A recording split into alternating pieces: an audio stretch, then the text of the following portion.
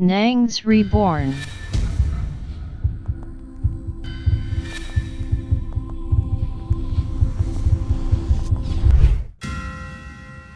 Waouh!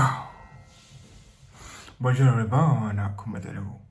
Si vous allez bien, c'est extraordinaire. Aujourd'hui, nous nous retrouvons pour notre vidéo, une vidéo extraordinaire. Nous allons entendre des choses vraiment terribles. Des filles à la recherche de l'argent du diable. Hein? C'est un truc hors du commun. Nous allons découvrir qu'il y a certaines jeunes femmes qui ont décidé de participer à des rituels, même des choses bizarres, juste pour avoir ce qu'il faut, pour avoir la richesse, le succès, la gloire, un peu tout ce que vous connaissez. Regardez ça, vous voyez ça? Est-ce que vous voyez ça? Ce monde est devenu très compliqué et les gens sont prêts à dormir même dans des tombes pour avoir quelque chose. C'est un truc hors du commun. Il y a plusieurs témoignages ici. Nous allons commencer par le commencement. Ce que nous allons entendre ici est hors du commun. J'ai vécu à Newell pendant 19 ans. Et comme toute fille de mon âge à cette époque, je rêvais d'une vie facile. Avoir un homme qui me dépanne et qui s'occupe de moi. Vu la compagnie que j'avais, parce que j'avais des copines qui me dépassaient en tout, financièrement, en âge et en classe aussi. À cette époque, je n'avais pas encore le niveau PEPC. Je reste un jour où je reçois un message d'un monsieur. Je ne le connaissais pas. Je demande où il a eu mon numéro, il me dit c'est pas important et que si je veux avoir plus d'informations le concernant, qu'on se donne rendez-vous. J'ai douté et 2 jours après, je l'ai fait signe parce qu'il continuait de m'écrire. C'est comme ça que je vais rencontrer le monsieur à Bonapriso, juste à côté de la petite métisse. Je devais taire son nom, mais je me rends compte que c'était un bamoun. Il a commencé à m'expliquer qu'il est voyant, que j'ai une étoile, que mon étoile brille, mais que les gens sont en train de vouloir éteindre et tout, et qu'il peut me faire avoir un gars qui pourra me dépanner autant d'argent que je demande. Moi, je suis un peu excitée à l'idée. Genre, si c'est pas un truc compliqué, pourquoi pas? Il m'a parlé de lavage au début. Mais après, je me rends compte qu'il me parle de bougies. Bougies d'attirance, les parfums d'attirance, c'est un produit qu'il m'avait conseillé.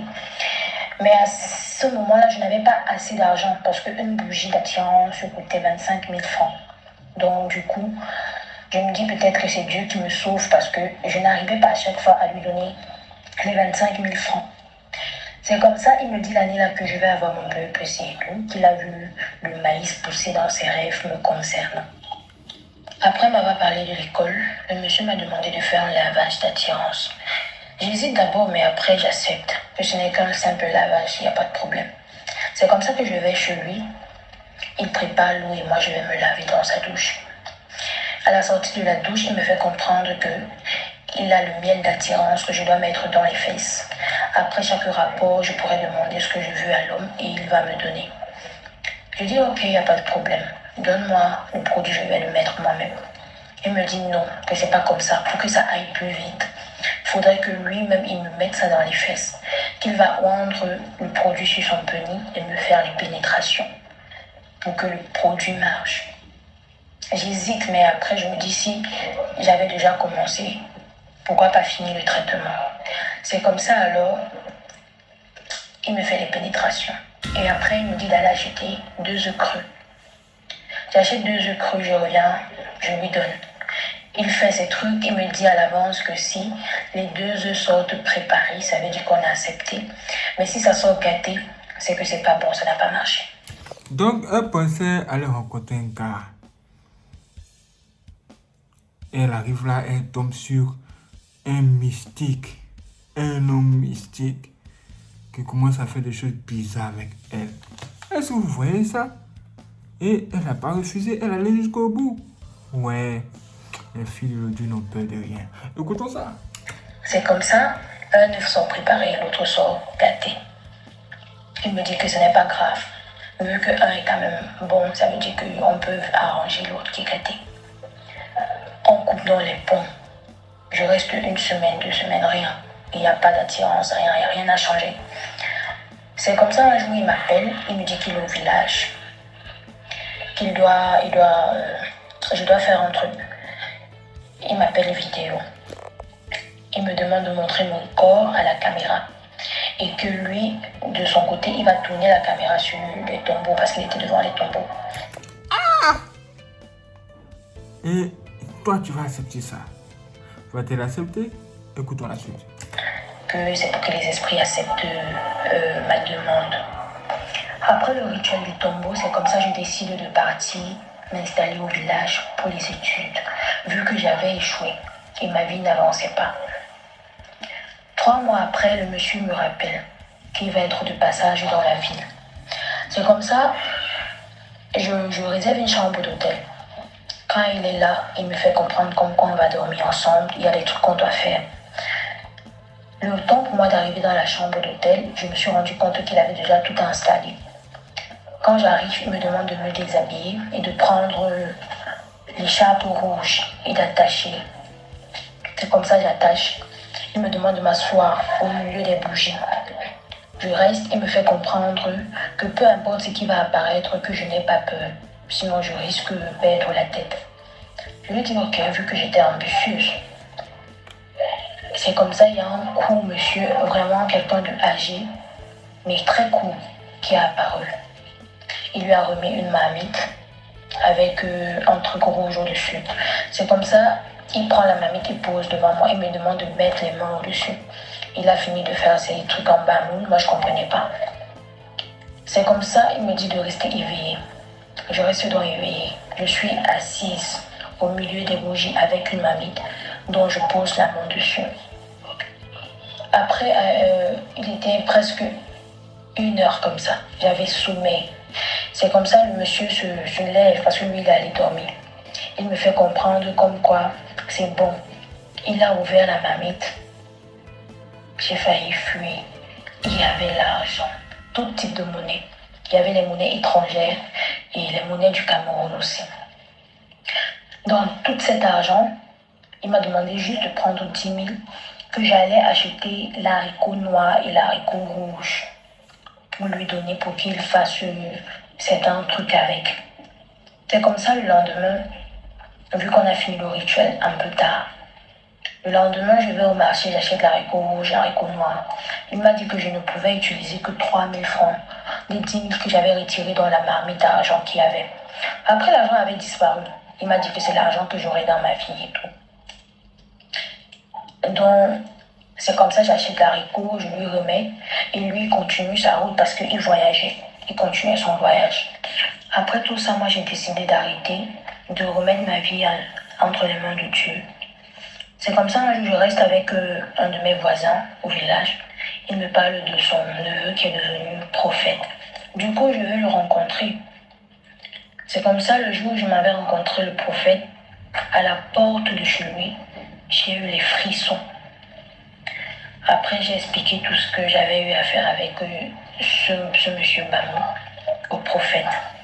Il m'a demandé de prier et d'être sincère. Je suis allée prier, il m'a dit que ma prière n'a pas été sincère. Il m'a demandé de prendre un seau d'eau, il a versé le sel et une moitié de grenadine. J'ai bu l'autre moitié, je me suis lavé avec l'autre moitié, j'ai prié de toutes mes forces. Je suis revenue, il m'a dit, cette fois-ci tu as été sincère, raconte-moi. Je suis allée, j'ai ramassé tous les produits que ce marabout-là, j'ai eu le trait de marabout parce que il m'avait remis. Je suis venue, j'ai remis tout ça au prophète. On a prié et il a brûlé. C'est comme ça, j'ai fait un jeûne de prière. J'ai fait 4 jours de prière, sans manger, sans boire, pour me purifier et pour que Dieu m'accepte de nouveau. Et après ces prières-là, l'année-là, je prends le BEPC, le probatoire. L'année qui suit, je prends le baccalauréat. L'année qui suit, je suis à l'université. Et aujourd'hui, je dois vraiment ma réussite et le changement de ma vie à ce monsieur-là, ce prophète-là. Donc, ça veut dire que après ça, elle a trouvé le chemin de Dieu et les choses ont commencé à bien se passer. Vous avez vu ça? Mais tout le temps, elle a passé à faire des choses, des rituels bizarres. Ah! Elle s'est utilisé tout ce temps-là pour chercher Dieu en même temps, c'était pas mieux. Mais je pense que c'est l'ignorance. L'ignorance. Beaucoup de filles sont dans l'ignorance. Elles pensent pouvoir gagner quelque chose venant du royaume des ténèbres. Alors que le royaume des ténèbres, ce sont les tombes. Le royaume des ténèbres, c'est la mort. Déjà, on te dit, mets-toi nu devant une tombe. Même si on dit, tu veux mourir genou bien, c'est quoi? Ah, mais ça, c'est pas encore fini. Il y a deux choses encore que nous allons découvrir ici. Souvent, certaines filles voient les camarades riches, elles se disent que c'est les riches. Hein. Ah, pourquoi ne suis-je pas comme elle? Sans savoir que très souvent, il y a des choses qui sont cachées derrière que vous ne pouvez pas comprendre. Écoutons ça. Un collège de la classe, je suis allée à l'université. Et ma première année à l'université, j'avais ma meilleure amie qu'on se connaissait depuis la classe de 5e. Et on a eu le baccalauréat la même année. Nous sommes allés à l'université, on faisait la même filière. Et l'année là, les Jeux universitaires se passaient à Yaoundé. Bon, elle, c'était ma meilleure amie. Déjà, si on veut voyager, si on veut faire les trucs, on faisait ensemble. J'ai demandé la permission sur nous pour aller aux Jeux universitaires. Comme les Jeux universitaires durent 10 jours, j'ai demandé la permission sur nous pour aller. Mes parents m'ont accordé et ses parents aussi l'ont accordé, à condition qu'elle et moi, on devait vivre dans la même chambre d'hôtel pendant les 10 jours. Maintenant, nous sommes arrivés, dans la classe, il y avait les gens, à l'université en fait, il y avait les gens avec qui on avait fait terminale et tout. On s'est entendu, nous étions au nombre de 8 filles. Donc, nous sommes arrivés, on a pris un hôtel de la place à Yaoundé, c'était pas très loin de l'université parce qu'on devait assister aux jeux et tout. Les filles, puisque nous étions 8, on a pris les chambres, on a pris 4 chambres, dont les chambres de 2 lits, les chambres de 2 places. J'étais avec ma meilleure amie et tout. Il y avait une autre fille, depuis peut-être la classe de première, la fille était toujours swag. C'est vrai que dans mon établissement, on mettait la tennis blanche et tout.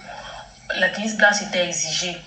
Mais c'est ces tennis, ce n'était pas comme nos tennis pour nous, les bracataires enfants en fait. Sa tennis était, elle avait les vêtements et si elle met une tennis qui a peut-être un motif bleu, elle a le sac bleu. Si elle met, bon, le motif ne devait pas être très grand en fait. Donc si elle met une tennis qui a un petit motif rose là, elle met un sac rose, pas n'importe quel sac. Quand elle organisait même son anniversaire, elle invitait toute la classe. On arrivait, c'était seulement du venir voir à l'anniversaire. Tu dis que mais la fille, si elle est au lycée, elle fait un anniversaire comme ça. Bon bref, on disait que bon les parents sont bobos et tout et tout. Et chose curieuse, son anniversaire ne fêtait pas ça chez eux. Elle fêtait toujours, elle louait peut-être un restaurant ou bien un snack et tout, ou bien on partait au glacier. Parce qu'on a fait 2 de ses anniversaires ensemble. C'était pas ma meilleure amie, c'était ma camarade de classe. Bon, elle invitait les élèves en classe. Quand nous sommes maintenant arrivés sur Yaoundé, on a pris la chambre d'hôtel. On a pris nos chambres. Nous 8 là, on a pris 4 chambres. J'étais avec ma meilleure amie. Et cette fille, elle était avec une autre fille. Bon, c'était ça, son amie. Elle, on l'avait seulement rencontrée à l'université. Parce qu'on était à l'université de Douala. Comme ça, je faisais la même filière que mon amie. Et l'autre fille, elle ne faisait pas la même filière. Ce qui nous liait, c'était qu'on avait fait le collège ensemble. On rentre, on a assis au hall un après-midi comme ça. La cochambrière de celle-là, elle dit, elle ne sait pas ce qui est arrivé aujourd'hui. Quand elle marchait, il y avait les gens qui l'interpellaient, les voitures s'arrêtaient et tout, et elle se sentait même mal à l'aise. C'était un truc inhabituel. C'est pour ça qu'elle est rentrée tôt, en fait. On est rentré, on a trouvé là, on lui a demandé pourquoi tu es rentrée tôt, elle nous a expliqué comme ça. Maintenant, pendant qu'elle est en train de nous expliquer, voilà notre fille là qui rentre. Bon, je ne vais pas dire son nom ici. Voilà notre fille qui entre au hall de l'hôtel, elle nous trouve. Celle-là dit qu'on est en train de parler, non, on dit que mais c'est quelque chose est arrivé à ton ami aujourd'hui, voilà, comme ça. Celle-là dit, ah bon, elle tire la main de celle-là, elle l'amène dans la chambre. Donc la façon dont elle a tiré la main de celle-là pour l'amener dans la chambre, on dit que mais qu'est-ce qui se passe? On l'a su alors pour aller dans leur chambre. Elle lui dit, tu as utilisé mon lait.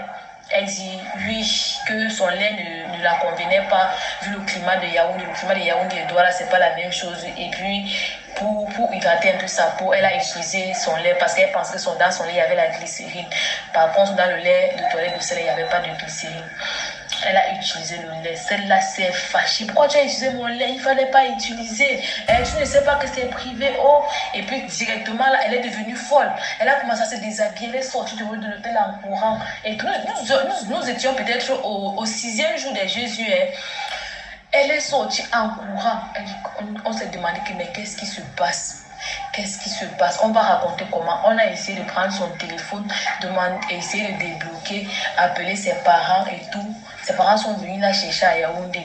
Et nous sommes rentrés. Nous, on avait nous peur. Nous sommes rentrés sur Douala.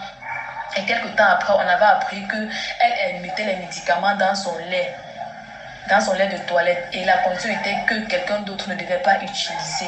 Et puis peut-être 2 à 3 ans après, on est allé la soigner dans un village là, donc du coup jusqu'aujourd'hui là, je n'ai pas de ces nouvelles, mais cette histoire quand même là, ça m'avait tellement choquée, parce que j'étais rentrée, mon grand frère m'a demandé que mais vous êtes rentrée, mes parents m'ont demandé que mais vous êtes rentrée alors que c'était prévu que, là je m'a dit que non, plus tard, et puis peut-être 2 jours après on les a raconté ce qui s'était passé.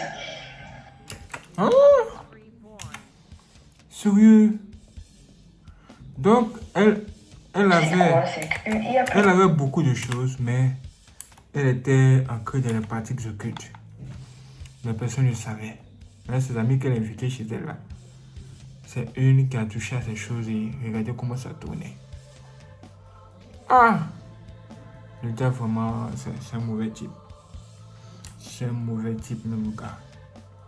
Il sait que tôt ou tard, quelqu'un va toucher à votre pommade ou bien à votre lait.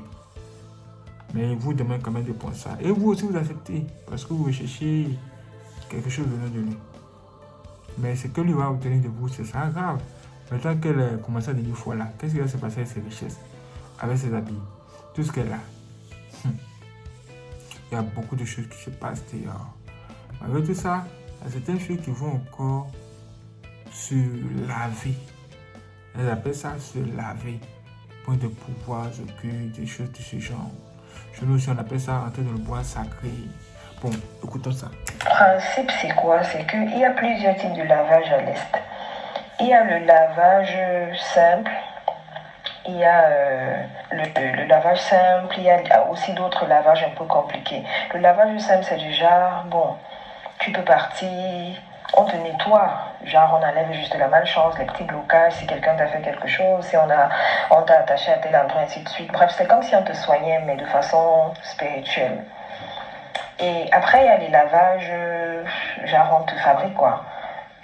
Bon, pour certaines filles vont à l'Est, on leur donne des petits produits pour mettre dans les yeux, pour mettre dans les parties intimes, on blende la langue et tout. Ça, c'est pour avoir les grâces, pour être regardée, pour être écoutée. Genre, si elle a les grands messieurs qui la convoite, elle peut demander ce qu'elle veut et elle aura. Mais ce sont des trucs temporaires, ça ne dure pas. C'est déjà, et ça fait son petit temps, après ça s'éteint. C'est comme un feu de paille. Et quand ça s'éteint comme ça, qu'est-ce que les personnes feront? Elles iront toujours revoir la même personne. Oui, ce que tu m'as fait là, je sens que ça a déjà baissé. Est-ce qu'on peut renouveler? Est-ce que... Et après, à un moment donné, plus on a, plus on veut avoir. Le peu que ce travail-là peut te donner, ça ne va plus te suffire à un moment donné. Tu vas vouloir passer à l'étape supérieure. Et maintenant, à l'étape supérieure, c'est à ce moment qu'on te prépare, parce qu'ils appellent ça la préparation. Bon, maintenant, la préparation, c'est quoi? C'est du genre, quand tu vas arriver chez le praticien en question, généralement, ce sont les pygmées et tout. Tu vas arriver chez eux, qu'est-ce qu'ils vont faire? Ils ont soit une rigole, c'est souvent une rigole, là devant c'est dans la forêt d'abord, ils ont une rigole du genre, on te met, tu vois la rigole, tu te dis bon c'est une simple rigole et tout, mais c'est l'océan, c'est la mer. Donc quand tu arrives, si c'est pas la rigole, c'est comme une tombe. Donc quand tu arrives, tu dis ce que tu veux et tout. Qu'est-ce qu'on fait? On te prépare. La préparation, c'est 3 jours. Donc tu arrives, le monsieur peut te dire, ok, rentre dans la rigole qui est devant ma porte là. Tu te dis, bon, tu vas aller mettre tes pieds dans la rigole, tout simplement. Mais en entrant, en mettant tes pieds dans la rigole, tu vas entrer totalement, jusqu'on ne verra plus ta tête, même pas tes cheveux. Tu es là-bas dedans, il te maintient là-bas dedans 3 jours, il sait comment il te nourrit spirituellement et tout, mais tu es dedans, tu te noies par rien. Bref, c'est déjà des trucs mystiques. Il te met là-bas dedans. Et qu'est-ce qu'il fait? Il finit de travailler, au bout de 3 jours, il te ressort. Quand tu sors de là, tu pars, mais tu es les poils. Tu es l'étoile, pareil pour la tombe. On te met dans la tombe, donc on t'enterre complètement le corps, on laisse juste la tête à l'extérieur. Tu es là-bas dedans 3 jours. Après les 3 jours, quand c'est terminé, ils t'enlèvent, tu repars. Et quand on t'enterre, quand c'est la tombe, quand on t'enterre, c'est 3 jours, mais avec un feu, on allume un feu au-dessus de la tombe. Donc tu es en dessous, la terre est au milieu et on met le feu au-dessus. Et c'est ce qui fait et tout. Voilà, au bout de 3 jours, ça ne te brûle pas. Ça ne te brûle pas. Tu n'as rien du tout. Il sait comment il t'entretient, comment il te nourrit spirituellement et tout. Il t'enlève. Après, tu pars. Tu es l'étoile. Tout ce que tu veux, tu auras. Tout ce que tu veux, tu auras. C'est la gloire qui va suivre après. Mais généralement, ces choses durent entre 5, 6, 7 ans pour les plus chanceux. Parce qu'ils ne créent pas les chances. Qu'est-ce qu'ils font? Dans nos vies, Dieu nous a donné une barre de chance. Ça veut dire que si ta barre est à 100% à ta naissance, au fur et à mesure que tu évolues, ta barre diminue. Donc tes chances sont exploitées, ça diminue. Ça veut dire que ce que tu peux avoir à 30 ans, tu ne l'auras jamais à 19 ans ou 20 ans. Donc Dieu sait comment il a réparti ça tout au long de ta vie. Mais qu'est-ce qu'ils font? Ils regroupent toutes tes chances et ils te donnent ça instantanément, une seule fois. Tu finis d'exploiter tes grâces, tes chances. Après, ça c'est avec la préparation, hein, les trucs de 3 jours là. Quand c'est terminé, tu repars les voir pour leur demander, voilà, le truc là, ça me donne plus et tout, et tout, et tout. Ils vont checker, ils vont te dire, voilà, ta barre de chance est à 0. Ce n'est plus possible, tu ne peux plus rien avoir, tu as déjà tout exploité. Et c'est à ce moment que commencent les sacrifices. Ils vont maintenant te dire de faire des sacrifices. Donc, il faut que tu sacrifies quelque chose. Peut-être si tu n'as pas encore d'enfant, si tu n'as pas encore eu enfanté, on va peut-être demander ta fertilité. D'autres, on demande les choses comme ramener les spermes de ci, ramener ça, il faut sacrifier ceci, il faut sacrifier cela. Toi, tu peux te dire que bon, comme on m'a demandé la chèvre, je vais aussi aller acheter la chèvre au marché, je viens avec. C'est pas cette chèvre-là, ils ont toujours des langages codés et tout. Donc, c'est pas cette chèvre-là. Les gens ne comprennent pas. Tu te retrouves en train de faire des sacrifices comme ça. Tu sacrifies telle chose, tu sacrifies ceci, tu sacrifies cela, juste pour la gloire, la belle vie, les yeux du monde et tout. Tu veux pas accepter ta situation et tout. Tu veux avoir l'argent et bref, les longs yeux. Et c'est comme ça que tu te retrouves dans ce cercle infernal, à sacrifier, à sacrifier. Aujourd'hui, c'est un petit sacrifice. Demain, on va demander plus grand. Après, demain, ce sera. Après, c'est pour ça que tu vas entendre à l'Est, il y a beaucoup le business des ossements, le trafic des ossements, là. On appelle ça à l'Est l'or blanc. Ils appellent ça. Les trucs des ossements, l'or blanc. Il y a un quartier à Bertois qui s'appelle Manjou. C'est à la sortie de la ville de Bertois. À Manjou, on enterre, c'est déjà quand on enterre, ils viennent déterrer pour prendre les eaux quelques mois plus tard. Donc on enterre juste là en haut parce que comme à l'Est il y a beaucoup les nordistes, les musulmans en fait, ils sont nombreux là-bas. Et ils n'enterrent pas profondément, ils ne creusent pas trop, ils enterrent juste à quelques mètres, pas 2 mètres comme on le fait. Ils enterrent juste là en haut après parce qu'ils savent qu'ils vont venir. Et c'est même eux qui font beaucoup dans ce business-là. Ils sont là et tout, ils enterrent, après ils repartent déterrer. Ils ont des valises, des ossements et tout et tout. Tout ça là, ce sont des choses qu'on utilise beaucoup dans les sacrifices, la spiritualité et tout. Un squelette entier à l'est du Cameroun, c'est 3 millions. Un squelette entier, 3 millions. Après, ils ont les autres parties, ils peuvent demander tel os, le fémur, le tibia, bref, ils savent comment ils font. Donc ça, c'est vraiment, il faut vraiment parler de ça, c'est très important. C'est compliqué, c'est compliqué. Vous avez entendu ça? Un squelette entier, 3 millions, sérieux?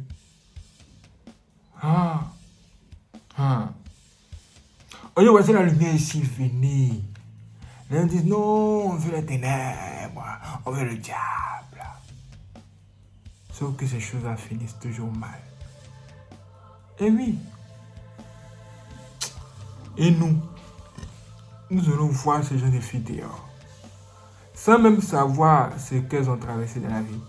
Ou ce dans quoi elles sont. Et on va les draguer. Juste comme ça, on va les draguer. Et elles aussi. Elles ne nous diront jamais qu'elles sont des sorcières et qu'elles font des rituels pour avoir ce qu'elles ont. C'est-à-dire que là, nous allons aller dans la tombe aussi avec elles. Et toutes les personnes qui vont coucher avec elles vont recevoir aussi la malédiction. Chacun aura sa part. Hey! ce monde est très compliqué. C'est pourquoi je profite de cette belle opportunité pour vous dire ceci. Ne draguez jamais une fille le premier jour. Vous voyez une fille vous plaît, laissez le temps passer. Étudiez-la à distance, physiquement. Étudiez-la à distance, spirituellement parlant, dans tous les domaines. Sinon, si vous ne faites pas ça, et que vous tombez sur une de ces sorcières-là, elle va vous sacrifier. C'est-à-dire que vous allez mourir. Cadeau.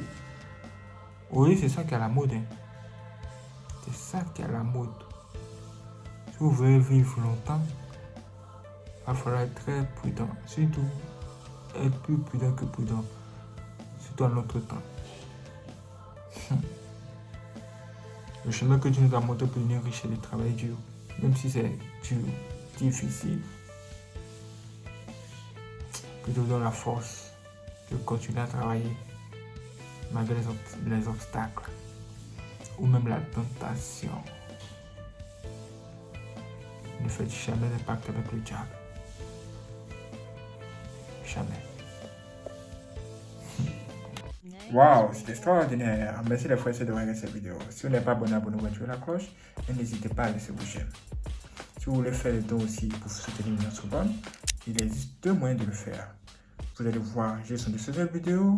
Merci avec le signe du dollar en haut. Là, vous pouvez tout simplement faire des dons directement.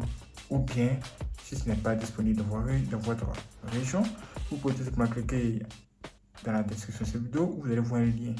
Quand vous cliquez sur le lien, vous aurez accès à nos informations bancaires et vous pouvez faire un virement bancaire tout simplement. Merci les frères de regarder cette vidéo. Si vous vous donne rendez-vous pour la prochaine vidéo, soyez prêts. C'est parti.